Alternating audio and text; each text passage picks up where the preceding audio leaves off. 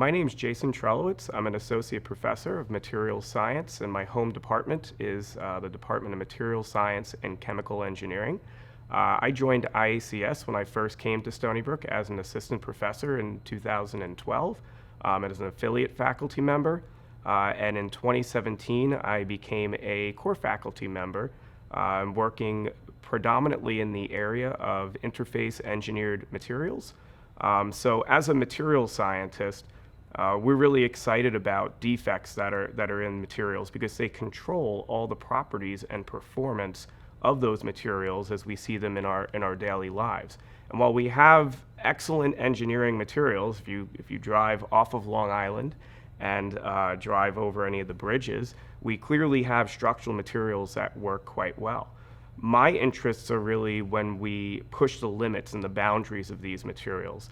And it turns out that the interfaces and the defects that we deliberately introduce to our materials control the overall properties. So I'm involved in both experiments and simulations and computation.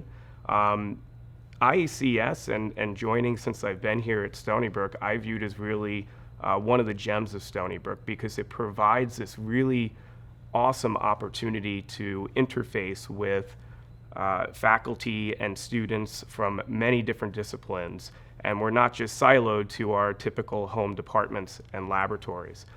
In my research, because I have an experimental component where we make and evaluate and test new materials, both in my lab and very largely at Department of Energy national labs, such as Brookhaven National Lab, we use computation to understand the mechanisms of the way various defects under external stimuli, such as stresses, temperatures, irradiation, interact with the interfaces in our material.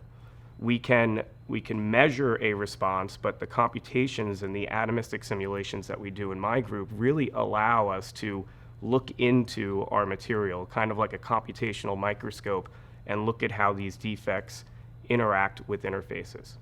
At a high level, my interests are really in advancing materials for clean energy applications, and one example of this is fusion energy. Fusion energy has been something that has been under development for well over 5 decades now, and recently there's been a very large push enabled by new technologies, new magnet technologies, and predominantly new materials technologies to drive this forward as an actual clean source of energy. So we're looking at specifically how we develop these materials to withstand the extremely harsh environments of a fusion reactor, which includes stress, temperature, radiation, very high heat fluxes.